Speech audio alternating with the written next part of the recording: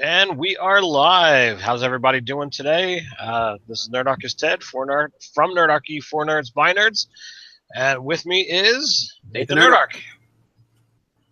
So, as you can probably see from our title and description, and wherever else you might have seen the link, that we're going to talk some more Starfinder today. Nate and I have been, trying to engross ourselves in these rules, and share our findings with you guys out there. And it's been a lot of fun. I've had a lot of fun reading the book. It's really jam-packed full of stuff. So where do you want to start, sir? Let's just go. You want to start with ships, or do you want to start? Yeah. Absolutely. I actually got more into the ship stuff than I did in the into the spells. So one of the things that I thought was actually really cool, when they talked about space travel, and typically, as with every mythology that gets into space travel, it always starts off that, okay, well, somebody eventually figured out how to do it, and it took, months, years, or generations to get from one place to the next. So, like, they started working on technology to allow for that. But it seemed like that they went into this long, drawn-out story where literally at the same moment, everyone in the universe, or specific people that could handle it, were shared this vision of how to make a particular engine that would allow travel from distant planet to distant planet, through a space or through a plane of existence that could only be accessed through technology called the drift. And the creature that did this was a great old one. Was a new god called Triune. Immediately following the signal, the new god Triune revealed itself to the Pack Worlds, claiming to have granted the knowledge as a blessing to its new mortal children. Formerly three minor gods of machines and robots, now networked together into a single entity.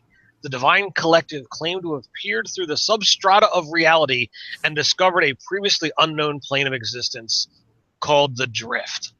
So, as I said, this plane of existence, could only be accessed via technology. And, as it goes on to describe, every time somebody uses an engine to travel through the drift, a very small section of another world or another plane gets sent about in this emptiness that is the drift.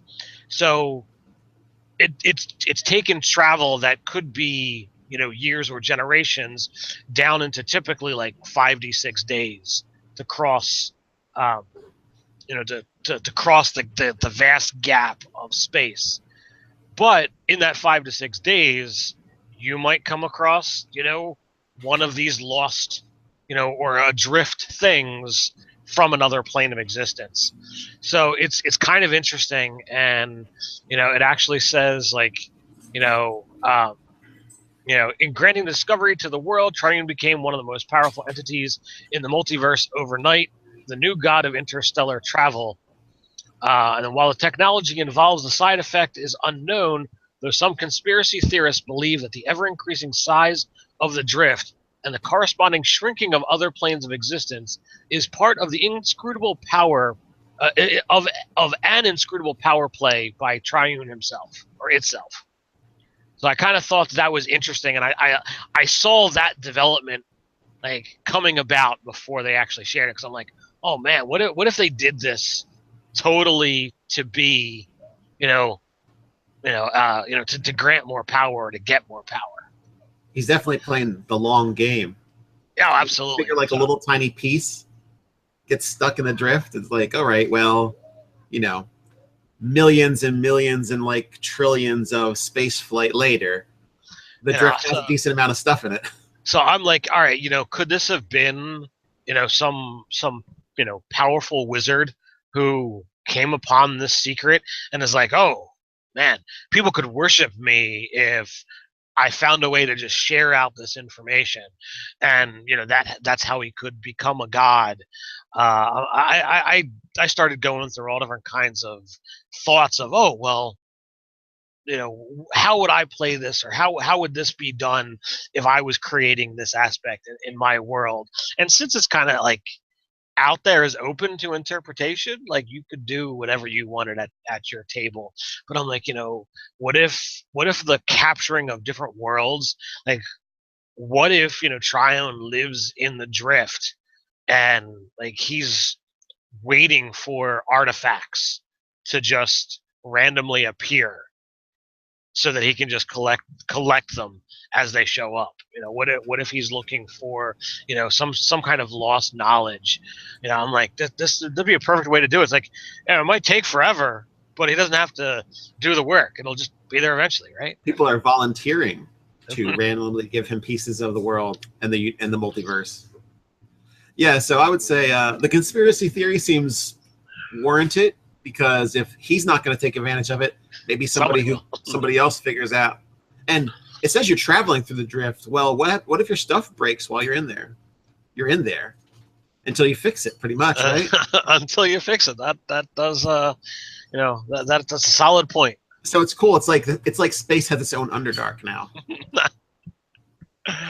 So there's all different kinds of a section on building your starship, and I kind of thought that was interesting, but they kind of correlate your starship as another, not so much a player at the table, but that it is inherent in the game that you have a ship, and that it actually should be appropriately leveling up as the party does. So it's got the APL, or average party level. And with that, it's like, okay, well, if you're, playing with us, okay, you're a 4th level game, so the ship's 4th level. I don't do the split level nonsense, not nonsense, but I don't do the split level party like I know some DMs out there do. But here, if the party gains a level, so technically should the ship, and then you have build points that you somehow miraculously get to just apply, and they go into, well, it could be a favor that you owe, or that somebody owes you. It could be something that's salvaged gear, and like this is where things for me went astray from what I would normally do in my game, where it's like, okay, well, at some point in time you would want to find a new ship, or find pieces to upgrade your ship. I don't like the idea that it has to be incorporated with the level. I would want to do it so that you could be above what the level is because you've done things, or because you found stuff. Did you have any opinions on that, Nate? Oh man, I have to say I was reading chat, to be honest. But are you talking about the starship level being different than the players technically are? Well, technically they're supposed to be the same level. Yeah, but if you find like a magic item goodie, or a technomancy item goodie for your ship, that's like part of the. It's like a game where you can upgrade your gun. If they find something cool, they got to put it on. It doesn't, why? Unless there's a level requirement, and that would be like, well, it doesn't fit on this chassis, or it doesn't fit on. You need boosted power cells to be able to shoot this gun more than once during the encounter. According to my read through, and if there's somebody out there from Paizo or Starfinder, if you want to put it in the comments if I'm somehow wrong, but it sounds like you can't just go and do that. You need to have the build points to quote unquote upgrade the ship. Okay, well, I would say that's probably for balance purposes, as well as maybe your engineer isn't up to snuff, so you can't be putting a higher level, higher tiered item and just wiring it in. Maybe you can look at it. You can look at it that way. It's like, okay, well, what if this is like, oh, well, this thing is powered by undead, or powered by magic, and yours is solely a technocraft. So like I could understand, like, because we'll get into more of the differences of starships later. But to me, like I know a little bit about technology, and there really should be, okay, well, if I cross to this and cross to that, I should be able to connect it, even if I've got to put in some kind of like, power shunt or what have you.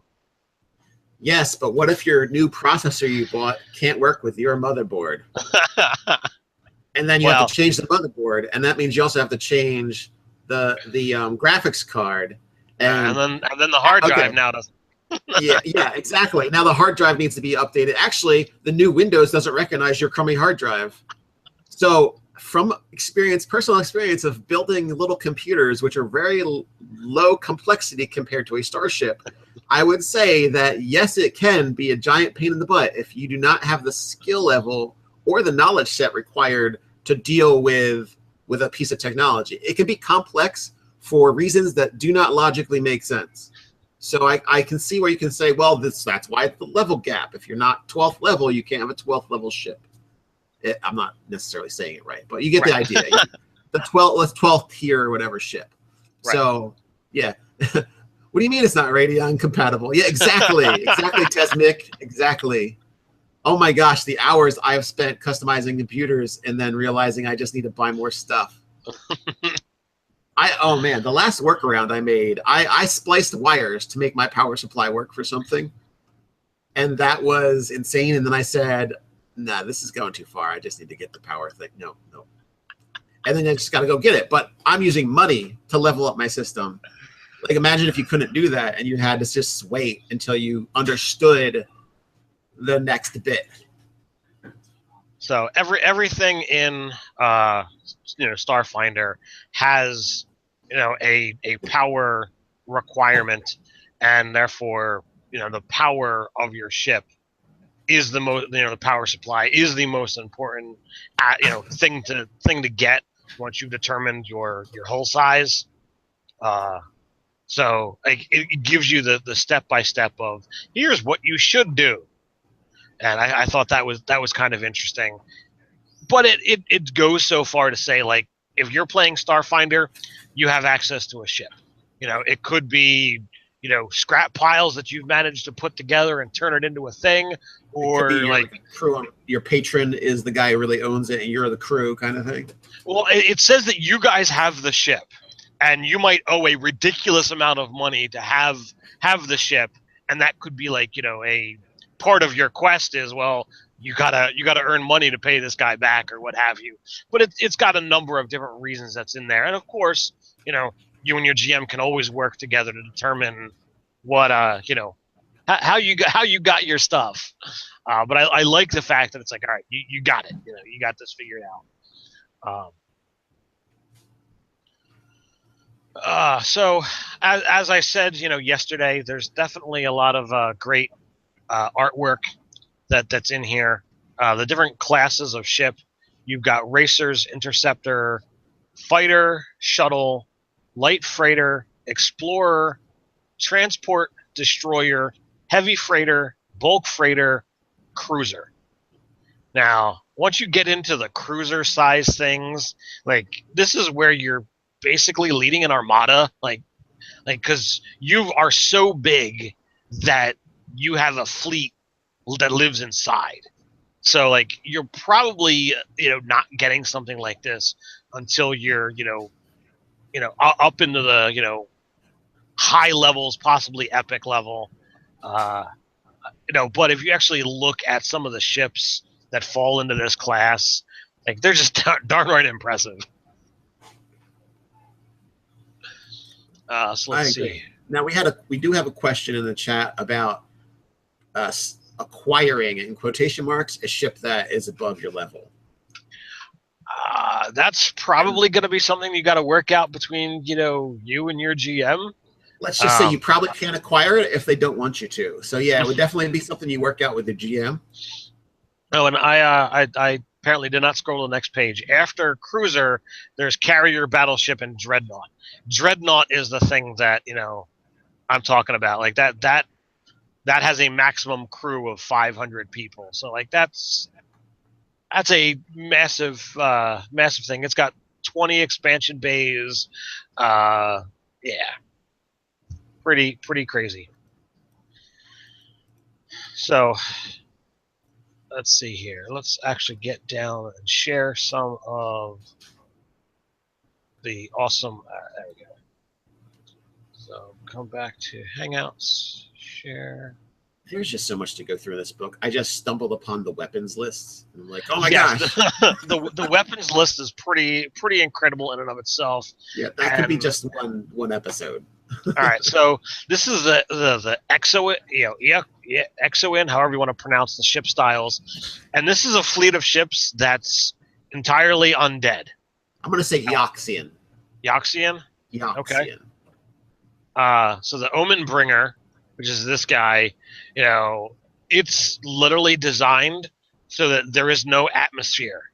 So if you come on board without, your own air, you're gonna die because you're literally exposed to space. So like this is literally, powered by magic and undeath.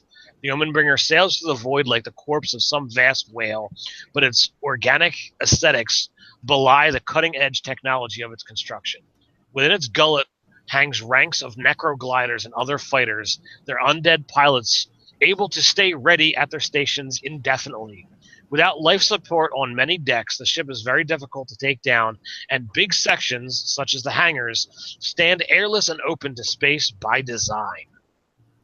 Space zombies. Ugh. So the necroglider is, this bottom ship here, and it's an undead pilot built into the ship that the ship is wired directly to their brains, so they control it with their thought rather than I'm going to sit there and steer. And then the one above it, it's another bone ship that is bigger than the necroglider, and that red eye is where the cockpit and the cabin is, and it's designed to look like an eerie red eye. I thought that was kind of cool.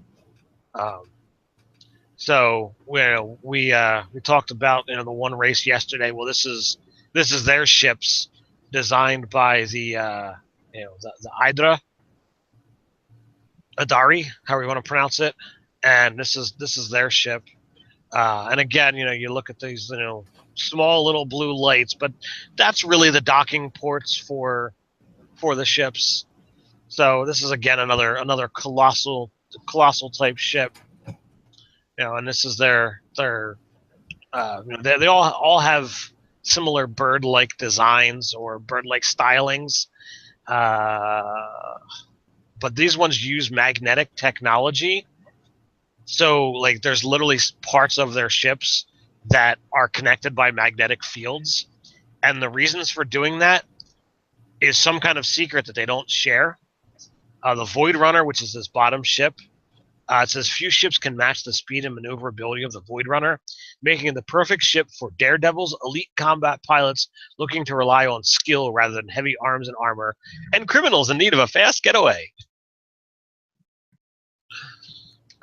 So then the Pact World ships, you've got the Tech Immortal, and the descriptor on this one says that pretty much it doesn't fire its guns very often because just showing up to a fight typically ends most battles. The threat of oblivion stops people from fighting. The Ringworks Wanderer is the the short range fighter that's what's it? It's called the Star Wasp, just because of the the hornet-like shape and colorings. The Shirin we talked about yesterday, the insect race. They actually use bioships. So these bubbles. Well, it's a mix, but a lot of their ship is bio. And what they wind up doing is these little bubbles. They have the ability to like shrink and grow as needed. So they really have the ability to resize themselves to accommodate any cargo, which I thought was kind of cool. There's their their big guns and their Their little drones. Oh, that Starhive drone is really well designed, I gotta say. Well, the cool thing about them is the Starhive takes a natural sheer and pride in making sure that each ship iridescent paint job is unique.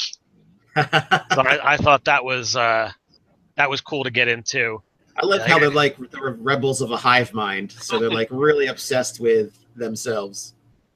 It is definitely a cool thing. Here we have the Veskarium ship styles, and I was curious at what these were going to look like because I really dug the Vesk, and like to me, I think these guys look like more like the Pact World stuff. Looks a little too utilitarian. I was expecting a little bit more. I don't know, something a little bit more flamboyant when you consider their scale colorings. But this is their tyrant. This is their colossal ship. Their little starfighters are actually two-man crafts. So the pilot actually, is here in the cockpit looking forward. The gunner is actually behind him, and he's only looking at screens. So I don't know the let's see, what's the BMC Mauler? It's not there. There we go.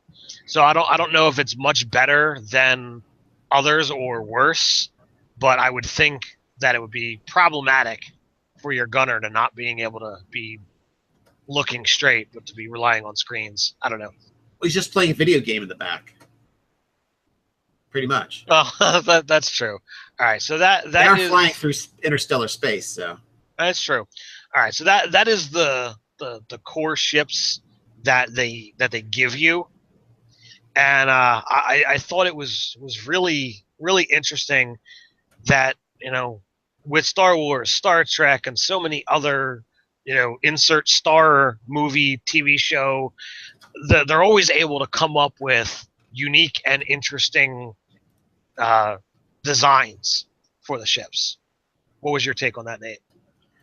Yeah, I thought they did a good job of, I think, going along the races. I mean, I don't know what you thought for the Vesk, but I thought it looks very like straightforward and militaristic, and for their ships, and I kind of feel like that's appropriate. I mean, they are more in more militaristic than that. Or the, I mean, it's no Spelljammer dragon, just out there. Yeah, I was expecting something different, and it's my perception. So I mean, it's totally what you're saying is totally makes sense. So perhaps I just have a more Vesk look like Dragonborn, not like Lizardmen. So like maybe I was thinking more draconic and therefore more flair, more flamboyant, and it's a misconception. I don't know. So there's tons of, further down the line, there's tons of charts with all the different types of weapons, like light weapons, heavy weapons. They talk about like the ones that tracked and the ones that are direct fire. They go into all that kind of stuff where, special properties of it and the types of shielding, the shield name and what it does. So, I mean, they've got all that info in there and they're just charts. So I'm not really interested in showing that stuff. So we wound up missing it yesterday because there was a lot to talk about. So we will do the roll call today. So why don't you guys sound off and let us know where you guys are chiming in from, and then we're going to take a couple minutes and we're going to talk about ship to ship combat. And we're not going to go into all the specifics of it because again, this is a massive rule book, and it would take quite a while to actually get into all the nitty gritty of it. But the one thing that I thought was pretty interesting on it is they actually do combat in phases. And typically it tells you, okay, when you come onto the ship, you're supposed to identify your role right then and there. And you got to be like, okay, I'm gonna do this, and that's it. So your roles, you've got captain, which you can only have one. You have engineer, which you can have as many as you want. You can only have one gunner or gunner team per weapon mount. You have pilot. You can only have one pilot. Only one dude does that. And then you have science officer. And each one has its own set of rules and its own sets of things that it can actually do. It goes into preparing for starship combat, beginning starship combat, and then talks about the rounds and phases. So when you're doing ship-to-ship combat, the first thing that happens, once initiative has been determined, is engineering. Does the engineers on all ships, if present, take an action to repair any starship systems or give them a boost? These actions occur simultaneously, so they can be resolved in any order. Then this is where it begins to be fun and actually tracks a little bit like 2nd edition, because you have the helm phase. Each starship pilot attempts a piloting check. The pilot with the lowest result must move his ship first. So you already get to go into a pecking order of, okay, I move here. Oh, well, since you move there, I'm going to move here. So you can base your action based on what the other person did, which to me that really harkens back to 2nd edition initiative. Well, what did you think about that, Nate? Yeah, I think that's really the only way to do it. Otherwise, there's things that you can kind of ignore on like the miniatures combat level, but when you're talking about like ships with everybody's actions on them, I feel like that's the best way to do it, because otherwise if you had the person with the highest result go first, you'd have them at a disadvantage for being the best, and that just doesn't make any sense. So everybody makes a piloting check, and you go up the charts in lowest results, and that just takes care of the movement. If you have a tie, you go to the number of ranks. If it's still a tie, you do a roll off until there's not a tie. Yeah, and I could see people deciding to, like, if they're like, oh man, I know I'm not that good of a pilot, or this person's obviously getting me because they've got a higher roll. I'm going to do like some kind of evasive maneuver. Right. And I think you select that. Do you do that at the same time? Yes, you can choose to do maneuvers during your piloting check, and again, that's yet another roll. This is also the part where science officers act. They act before or after the starship's pilot, but they can jointly decide the order that they act. And here's where you have the ability to scan your enemy vessels, target enemy vessels, specific areas. So it gets into all of that. Again, we're not getting into the nitty gritty of what each thing does. Phase 3 is gunnery. During the gunnery phase, gunners fire their starship weapons. Starships fire in the same order in which their pilots acted during that round's helm phase, but the effects of damage are not taken into account until the end of the phase. So what that means is everybody gets to shoot this round. At the end of the round, that's when we know whether your weapons have been disabled, whether you're destroyed, any of that kind of stuff, and then we move on to, back to the beginning. And I like that because that speaks to the idea that, it's easy, it's quick to press a button, to aim and press a button, but because of distances, you could both fire and both be destroyed by something, but you won't know until everybody's stuff's kind of in the air. Right. I mean, even with certain distances, even like light-based weapons. Well, in this case, they don't have lasers. They have arc stuff, right? Do they have lasers? I don't remember. But anyway, I mean, lasers take they do have a speed. They're not instantaneous. Right. Yeah, it's incredibly fast, but it's still a speed. Right.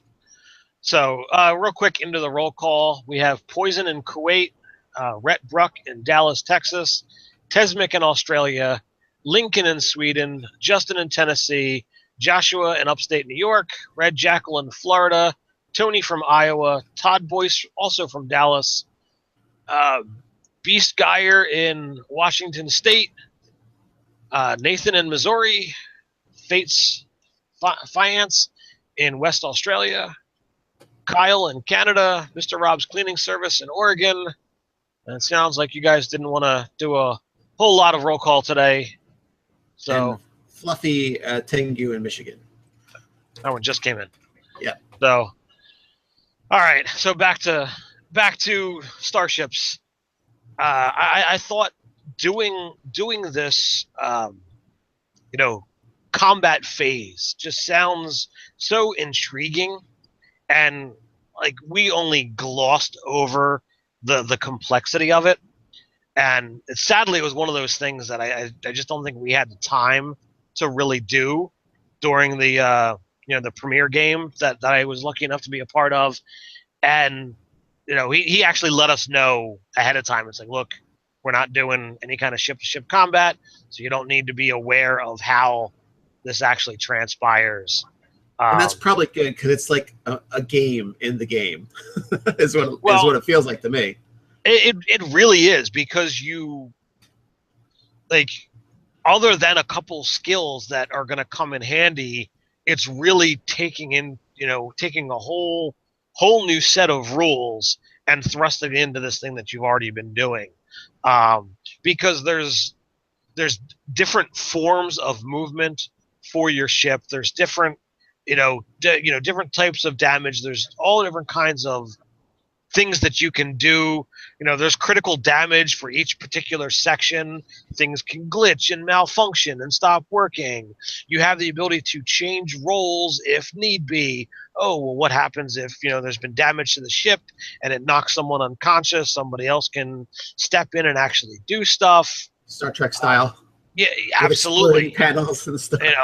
So there's quick fixes for engineers. All these different crazy thing that can happen. All the different options for what the science officer has the ability to do. There's teleporting between starships. So like, what happens if, like, oh, well, you guys are in ship-to-ship combat, but I want to do normal, movement and actions because I'm aboard an enemy vessel. Like that's just going to allow for, combined levels of play. So it's utterly a crazy system, and it allows for all of that to actually, transpire at the same time. Yeah, I think for the teleporting, they were saying that they have to be stationary. So you couldn't, basically, as long as you're moving, you're safe from teleportation. Okay. Because I get, we don't really think about it much, but when you're teleporting in other games, both places aren't moving. Right. And I guess that's part of. I mean, I understand they also put it out there as a rule, so that they don't have to deal with people just teleporting onto different people's ships to attack them, like a boarding vessel. So if you disable it and no longer moves, or you can restrain it, right, so that you're both stationary, then you can teleport people over. So Kyle says, how hard would it be to turn an asteroid into a ship in this game? I didn't know how. I didn't read the everything. I mean, there's 500 pages here to look at. So I kind of skimmed through the stuff that we're trying to talk about. Read as in depth as I could. I imagine you could put an engine on anything, in this world. It's just a matter of, I don't know what the structural integrity of an asteroid is. Their structural integrity is usually pretty bad. They're just kind of loosely held together by gravity in certain situations.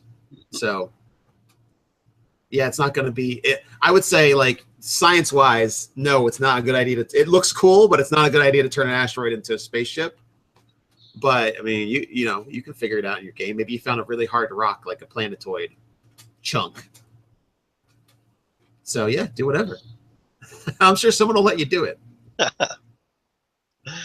In the verse, I imagine there's just about everything that's out there. So yeah, maybe that's how the dwarves get off space, into space. They put an engine inside it and just teleport their whole people. They drift right from the continent they're on into space. So screw asteroid into a ship, make it a planet-ending missile. This is big. That's a lot. That's a lot of weight you got to move. Now, redirecting an asteroid that's already on the move, That's a lot easier than taking something that's like circling and around the sun or whatever and shoving in there. So a near miss kind of asteroid, you just have it, boop. But anyway, there are spells in this game. There are indeed. So we, you know, I did not have as much time to look through spells as I would have liked in preparation for said video. You know, but I did find some very interesting things. You know, Nate, you're more our resident wizard. Do you wanna take the lead on this one? Sure. Yeah, I will. The little screen share action here as soon as I find it. All right, is people seeing this? Yeah, Nate. What's up? Okay, good. All right, I just wanted to make sure. All right, so one cool thing about the spell system that I like is it tells you, unlike other games, recent editions, it tells you who can use it and what level they're at. So Dispel Magic is 3rd level for 2 different classes. And I don't know what these little emojis mean, but I know that they're represented up top here somewhere. Let's see. They show you the different symbols. Yeah, they show you in the beginning. So I believe the purple one is the mystic, and the other one is the technomancer. Yeah. So you're looking at those 2, and there are their spells, and it lets you know what level and who can cast it, which is a really nice reference that I feel like more games should have done. So anyway, one of the nice things about this is it's got the variable spell levels, so they're not filling the book with different level spells that do pretty much the same thing. So here we go. Is Fear is something that you can select at 1st level, and it'll do a 1st level style effect. 2nd level, it'll do a more powerful effect, and so on. And one of them that I wanted to show that I was really happy with. Ooh, sorry, I'm gonna have to speed through this and not speed too far. Was it Mystic Cure? Yeah, Mystic Cure was one of the ones I was really happy with, and Planar Bonding is another nice one that it has the different level progression, and it tells you that it's a. The nice thing also is it tells you if it's a variable spell by having this number -number at the top as well, so you know you can basically pump it for what you want. So we will mention while you're trying to find Mystic Cure, the spells only go from 1st to 6th level. So like that's something that it lends some curiosity to, can I not play a wizard in Starfinder? Can I not be a Pathfinder class? Here. So it's a little interesting. Go ahead, Nate. Yeah, so for Mystic Cure, it has 1 to 6, and it's Conjuration Healing. So it's normal kind of like, the cure wounds that we all know. And it restores different amounts based on the level. And here it doesn't just, it's like a D8 plus your wisdom modifier, but it bumps up significantly each level. And I feel this is a better example of proportional spell variable, like boosting them, because a 2nd level spell is way more powerful than just simply adding another D8 to your heal. So, and they recognize that, and they've made it 3D8 for a 2nd. Here they've got for 3rd it's 5D8. For 4th, something interesting happens. It just bumps up by 2 plus your wisdom modifier, but then it says, in addition, unlike most healing, when you cast Mystic Cure as a spell of 4th level or higher, you have 2 options to enhance the effect. Now, the first is adding extra hit dice of healing. So this 6th level spell, if you're just doing healing, is actually plus an extra 9d8, so it's 20d8 at 6th level. But 6th level, you think, is the highest level spell they have in this game. Right. So 20d8 is as high as it's getting, and it's the most powerful spell level. But also, as well as healing, if it's 4th level or higher, the additional effect you can have instead is bringing a target that has died within 2 rounds back to life. So basically, someone who's mostly dead gets back up and also gets the hit points equivalent to the level spell slot you cast. So if you cast it as a 4th level spell, they're getting 78 plus your wisdom hit point back, and also being brought back to life. Right. Now there's thing with resolve points that can get you back up and get you stabilized and stuff like that. So, but we haven't even gotten into that, because that's actually getting into the crunch of living and dying and just combat and stuff. So we're just doing an overview. But basically, there are other ways to get back up when you are dying. But this is a real insta-quick plus healing. So it's a nice combo spell there. And casting a spell doesn't provoke attacks of opportunity, which in Pathfinder, big deal. not provoking attacks of opportunity, because man, you can get murderlated by that kind of stuff. So that's what one of the things I wanted to point out. And then there's Mass, which does Mass Cure, which again gets bumped up. Doesn't have the secondary effect because its major thing is healing people in the area. And there's spells. Go ahead. I really love that aspect of, like, this is a healing spell that you can choose at the more powerful options to either bring someone back, who's just passed, or just double on the healing. I was looking through there's a brief list on let me actually pull that up real quick.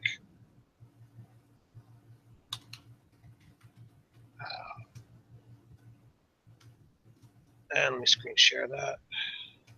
Oh yeah, get rid of my screen share. It's fine. I clicked the button. Why didn't it work? There we go. So like it gives you the brief synopsis on the spells. Like, oh, okay, here you go. Here's for the Mystic class. Here's your zeros, your orisons, if you will, your firsts, your seconds, your thirds. So when I was reading 6th level spell, Mystic Cure, restore 20 D8 hit points plus your wisdom modifier to a living creature, I'm like, holy crap, that's really amazing. And like Nate and I were having a conversation, before we started, and he was reading the spell, and I'm reading this, and he's like, it only says 11 D8. It's like, oh, well, if we read a little bit further, see, that's why there's a difference. So, like, if you actually were to look at the spell page, it actually, if you just read this first part here, 11d8. That it's very important when you're reading a new magic system to get into everything, because one single sentence could be important, like casting this spell doesn't provoke an attack of opportunity. Big difference. So lots of fun, lots of new and great stuff, and having that section that not only says here's the spells, here's a brief one sentence of what they do. I mean, that allowed me to read through and see, like, oh, well, while this mystic, I attributed to a cleric, like, it's not. It's like, oh, I've got flesh to stone, I've got control gravity, I've got planar binding. That doesn't seem to be very cleric-y to me. Telepathic jaunt, true seeing. Like, some of these, to me, they speak far more of a magical nature when I'm used to D&D standards. You've got just a variety of different spells that are completely new. You got control gravity. Now, I believe there's reverse gravity in 5th edition, but this allows you to alter it. So I don't know if it allows you to do more options than what reverse gravity does, because that seems to be a one-way direction change. And then once you actually get into the Technomancer spells, as you would expect, you've got things that are far more designed to include technology as part of it. So electricity is a big deal, but you still have things like explosive blast. You've got flight. Great spell in my opinion. Handy Junk Bot creates a temporary robot made of junk to perform computers, engineering, piloting, and sleight of hand tasks. So you could literally make a robot to go pickpocket people. I think that's amazing. Why doesn't our spell thief have this? Really? Microbot assault, cloud of tiny robots harass creatures within it.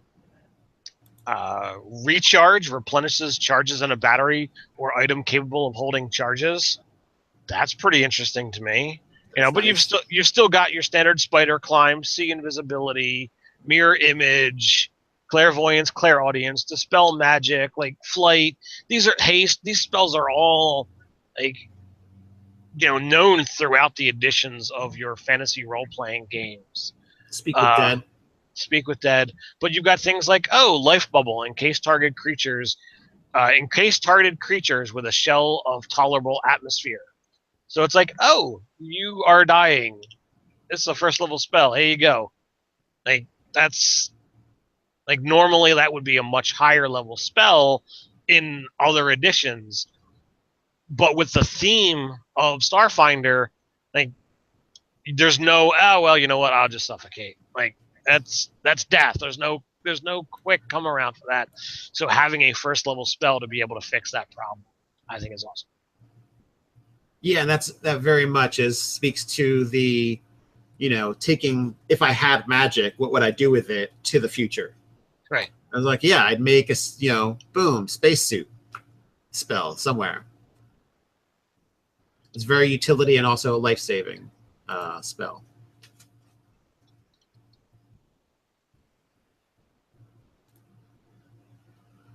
So we are rounding out the hour. If anybody has any specific questions that is something Ted and I have read, then we can get into it.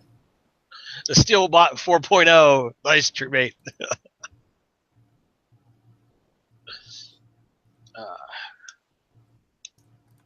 Yes, I could see that being something to create there. Oh, I am still screen sharing? Yeah, you are.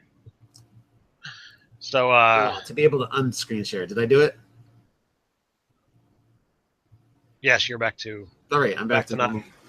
Great. So yes, Taking 20 does have some videos up on Starfinder. He did a week of Starfinder. Yeah, and I feel like we could get into that same thing and just kind of like jam pack, go through the rule book. But again, we're going to have to see kind of like filming schedule. And I don't think Dave read the book since he's at Gen Con. I would be doing other things if I was at Gen Con instead of reading the book. So, Well, his book is, delivered to his house here in Jersey. There's another reason why he's not reading it. He's over at Gen Con. So, and yeah, I mean, he's playing in, online games and trying to hook up with, a variety of different people to, get more people to know about Nerdarchy, looking to actually see what kind of fans and stuff are actually there and doing stuff. So like there's lots of people to see and lots of things to do apart from just the normal, hey, I'm a Gen Con. So Starfinder one shot in the future, that's something we could certainly do once we actually know more about the game and actually have the people who are interested and prepared to do it. I know we're our standard Saturday games that we run here at my place, they've been a little off schedule. I actually had to cancel my game this week, or not this week, but this month because of attendance and injuries and what have you. So that was a problem. But we are back on schedule. That I believe the first 3 weeks of September, we're actually going to be back to gaming regular. So, yeah, with that, once the Star Wars game that Mike is going to run, who was a player in some of our other games, once that's over, then we'll determine what you guys want to see next. So question from Todd Boyce. From what I've seen online, Starfinder looks just about as rules dense as Pathfinder with the books in hands. How do you find it as heavy as it seems? I would agree that it's definitely as thick. I don't actually have the book here. I have the PDF, and it is 532 pages. So yeah, dense. But it's really shoving a lot into those pages. You figure it's got the the ships, it's got the ship weapons, it's got the combat, it's got the new classes.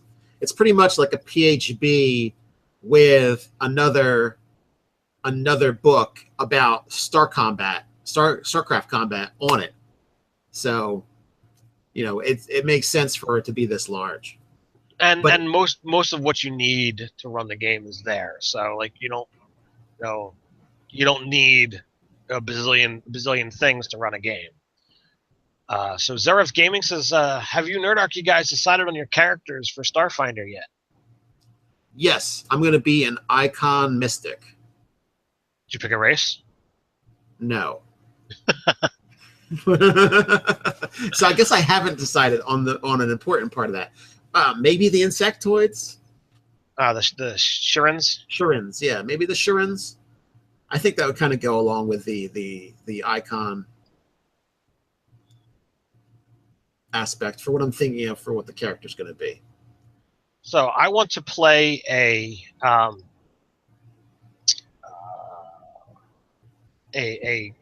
Kasathas, the four-armed guys, or a Lashuntas, and I'm looking at what was the name of that class? The skill heavy guy. Operative or envoy? Operative. Yeah, operative. And I haven't decided on a theme yet. I have to see how that more pans out. And it's always difficult to be like, I'm gonna make this character before I have a game to put it in. It always is a challenge to me. Last time I did that, it's like, oh, I've got this character that's been sitting out there for years because I never could find a GM to run it. But so now you're thinking about applying it to more. Sure made a shock that you're not going with a Mystic. I know. Well, no, he's shocked. He's surprised sarcastically that I'm going a Mystic. So Drift. What was it? Do Stuff Z is asking about the drift. Is it a standard set of days you are out in this dimension, or relative to the distance traveled? No, it's there's a chart that you roll on based on how far the destination is that you're going. It sounds like it's not an exact science. It's really not. The maximum distance is 5d6 days. If you're using a drift engine, most drift engines are going to have that. Are going to half that, so it's 5d6 divided by 2. So you have different things that you can do, and there is rules for I want to travel from here to a planet within the same star system. So there's no point in actually going to the drift. You would just use your standard thrusters. But if you're going to a completely distant star system, you'd be like, oh, well, obviously I'll drift to get there because it's, otherwise it would take me, years on thrusters. So your drift engine is incredibly important. Yes. Oh, well, yeah. Just considering some of the things they were saying is generational distances where you have to, your grandchildren may get to the place. So yeah, it's pretty, it's like FTL. It's just variable based on the distance, and you're not actually traveling faster than light. You're taking a shortcut through space. Well, Jake is attempting to play in a Starfinder one-shot tonight, so awesome. I'm kind of jealous. Oh, Android mechanic? That sounds like a cool combo. I like the androids, and an android mechanic would sound like a lot of fun. And despite the joy of it, I have to avoid going that direction because that's 2 of my 3 active characters at the moment. So it's it's very difficult looking at a very tech heavy game and wanting to stay away from tech because you do it in other games. Because I'm doing it in the steampunk game that Dave is running, I'm doing it in the Star Wars game that Mike is running, and I'm getting ready to play another Starfinder game where, or not Starfinder, Star Wars. I actually have to, send my character to the GM so he can be ready for it in the next couple of weeks. But it is sadly that time, I will have to give my fond adieus. I have things ahead of my schedule today.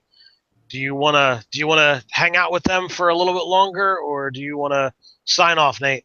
I actually have to get ready to go to my other job. All right, so then thank you, all of you awesome fans out there for hanging out with us, talking about some Starfinder. I hope that we've given you some information on it that you find enjoyable. Should you desire to get in on any of the Starfinder stuff, there is a link down in the description below to Amazon to get you access to all that cool Starfinder stuff. Pre-order any of the cool stuff that's going to be coming out in the next several months. I will put out there, it is an affiliate link, so you'll get the same great Amazon price, and we get a small smidgen of that. So you'll be helping Nerdarchy. Absolutely. So Ben, thank you. I didn't realize I was made of stone, but so until next time, guys, stay nerdy. That's how he could become a god. I started going through all different kinds of thoughts of, oh well, how would I play this, or how would this be done if I was creating this aspect in my world? And since it's kind of like out there is open to interpretation, like you could do whatever you wanted at your table.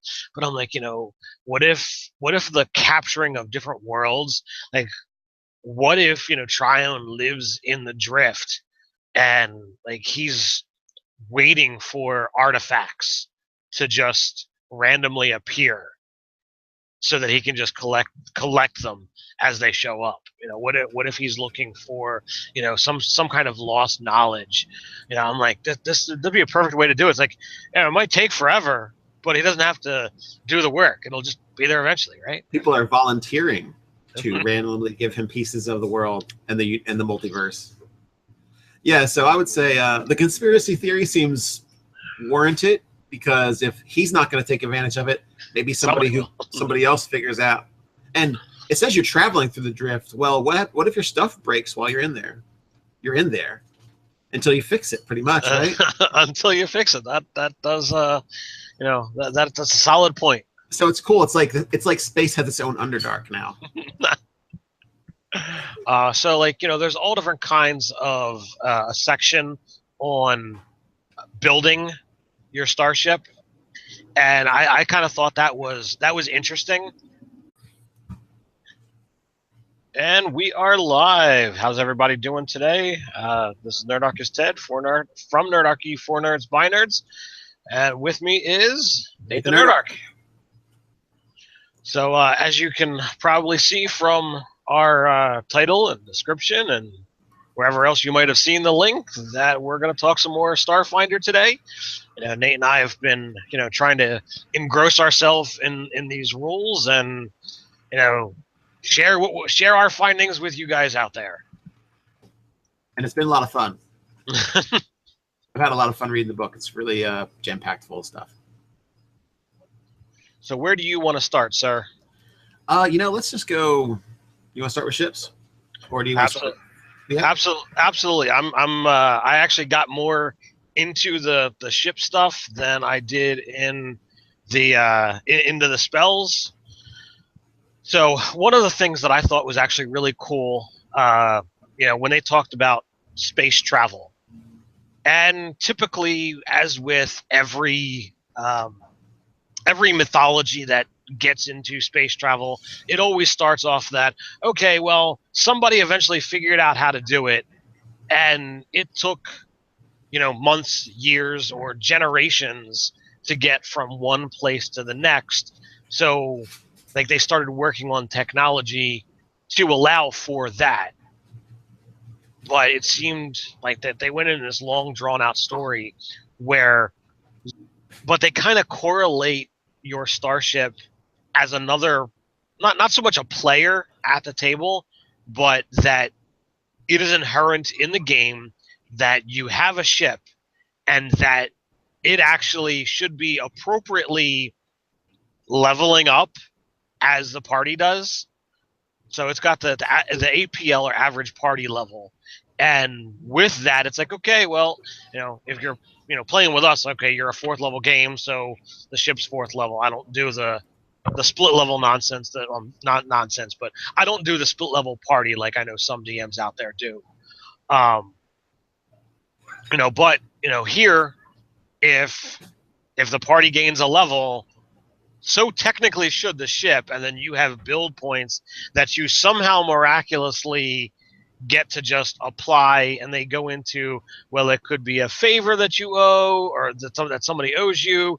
It could be something that's salvaged gear, and like this is where things for me went astray from what I would normally do in my game, where it's like, okay, well, at some point in time you would want to find a new ship, or find pieces to upgrade your ship. I don't like the idea that it has to be incorporated with the level. I would want to do it so that you could be above what the level is because you've done things or because you found stuff. Did you have any to cross the vast gap of space? But in that 5 to 6 days, you might come across one of these lost or adrift things from another plane of existence. So it's kind of interesting, and it actually says, like, in granting discovery to the world, Triune became one of the most powerful entities in the multiverse overnight, the new god of interstellar travel. And then while the technology involves, the side effect is unknown, though some conspiracy theorists believe that the ever-increasing size of the drift and the corresponding shrinking of other planes of existence is part of the inscrutable power of an inscrutable power play by Triune himself or itself. So I kind of thought that was interesting, and I saw that development like coming about before they actually shared it, because I'm like, oh man, what if they did this totally to be, to grant more power or to get more power. He's definitely playing the long game. Yeah, absolutely. Figure like a little tiny piece gets stuck in the drift. It's like, all right, well, millions and millions and like trillions of space flight later, the drift has a decent amount of stuff in it. So I'm like, all right, could this have been, some powerful wizard who came upon this secret and is like, oh man, people could worship me if I found a way to just share out this information. And literally at the same moment, everyone in the universe, or specific people that could handle it, were shared this vision of how to make a particular engine that would allow travel from distant planet to distant planet, through a space or through a plane of existence that could only be accessed through technology called the drift. And the creature that did this was a great old one. Was a new god called Triune. Immediately following the signal, the new god Triune revealed itself to the Pack Worlds, claiming to have granted the knowledge as a blessing to its new mortal children. Formerly 3 minor gods of machines and robots, now networked together into a single entity.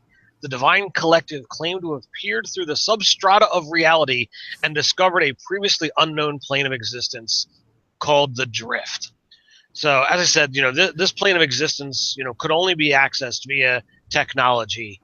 And, as it goes on to describe, every time somebody uses an engine to travel through the drift, a like very small section of another world or another plane gets sent about in this emptiness that is the drift.